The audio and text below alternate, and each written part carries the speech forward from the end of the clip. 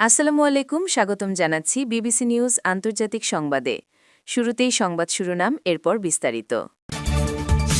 ট্রাম্পের আরোপিত শুল্ক অবৈধ ঘোষণা করল মার্কিন সুপ্রিম কোর্ট। ভূমধ্য সাগরে প্রবেশ করল মার্কিন বৃহত্তম বিমানবাহী রণতরী জেরাল্ড আর ফোর্ড। ঢাকার সঙ্গে সম্পর্ক আরও শক্তিশালী করতে চায় দিল্লি। প্যারাগুয়ের প্রেসিডেন্টকে ট্রাম্প বললেন, আপনি সুদর্শন পুরুষ, কিন্তু আমার পছন্দ নারী। দর্শক, এতক্ষণ শুনছিলেন সংবাদ শিরোনাম। এখন বিস্তারিত।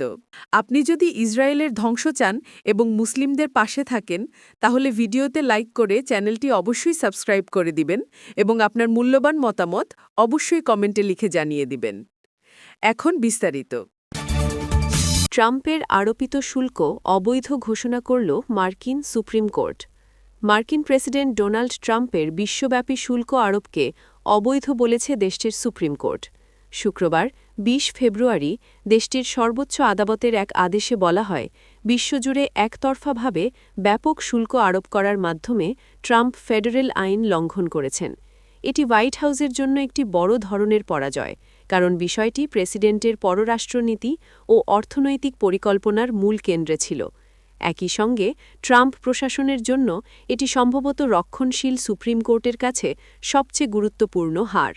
অথচ গত বছর এই একই আদালত অভিবাসন, স্বাধীন সংস্থার প্রধানদের বরখাস্ত করা এবং সরকারি ব্যয় হ্রাসের ভূমধ্যসাগরে প্রবেশ করল মার্কিন বৃহত্তম বিমানবাহী রণতরী জেরাল্ড আর ফোর্ড।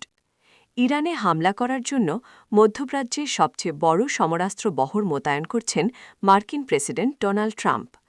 ২০০৩ সালে ইরাক আক্রমণের আগে যুক্তরাষ্ট্র যে প্রস্তুতি নিয়েছিল, এরপর আর এমন সমরাস্ত্রের বহর মধ্যপ্রাচ্যে দেখা যায়নি। উত্তেজনা কমাতে তেহরানের সঙ্গে আলোচনা অব্যাহত রেখেছে যুক্তরাষ্ট্র। ইরানের পরমাণু কর্মসূচি নিয়ে দফায় দফায় মিটিং চললেও দ্বিতীয় আরেকটি বিমানবাহী রণতরী মধ্যপ্রাচ্যে পাঠাচ্ছেন ট্রাম্প। সেই পরিকল্পনার অংশ হিসেবে ইউএসএস জেরাল্ড আর ফোর্ড ভূমধ্যসাগরে প্রবেশ করেছে বলে জানা গেছে। নির্ভরযোগ্য মেরিটাইম ট্র্যাকিং ডেটা, নৌযান চলাচল সংক্রান্ত তথ্য অনুযায়ী বিশ্বের বৃহত্তম বিমানবাহী রণতরী ইউএসএস জেরাল্ড আর ফোর্ড ভূমধ্যসাগরে প্রবেশ করেছে।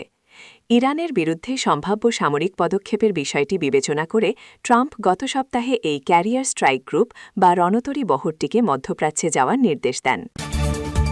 ঢাকার সঙ্গে সম্পর্ক আরও শক্তিশালী করতে চায় দিল্লি।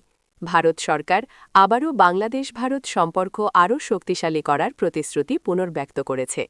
দেশটির পররাষ্ট্র মন্ত্রণালয় এমইএ বলেছে, নেইবারহুড ফার্স্ট নীতির অংশ হিসেবে বাংলাদেশকে সর্বোচ্চ গুরুত্ব দেওয়া হচ্ছে এবং দ্বিপাক্ষিক সহযোগিতা নতুন উচ্চতায় নিতে উভয় দেশই আগ্রহী।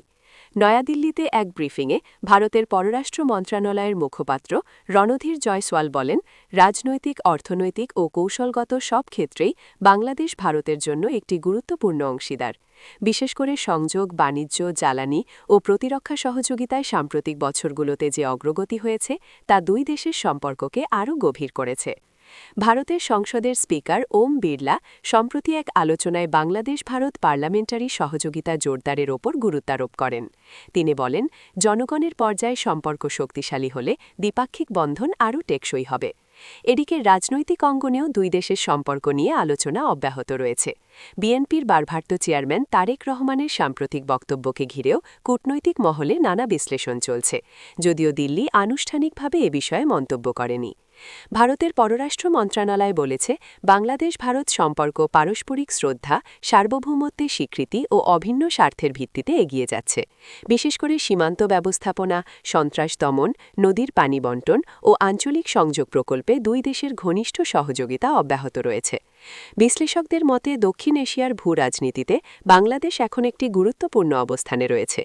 বঙ্গোপসাগর কেন্দ্রিক অর্থনৈতিক সম্ভাবনা, আঞ্চলিক সংযোগ এবং ইন্দো প্যাসিফিক কৌশলের প্রেক্ষাপটে ঢাকা-দিল্লি সম্পর্কের গুরুত্ব আরও বেড়েছে। ফলে ভারতের নেইবারহুড ফার্স্ট নীতিতে বাংলাদেশের অগ্রাধিকার অব্যাহত থাকবে বলেই ধারণা করা হচ্ছে।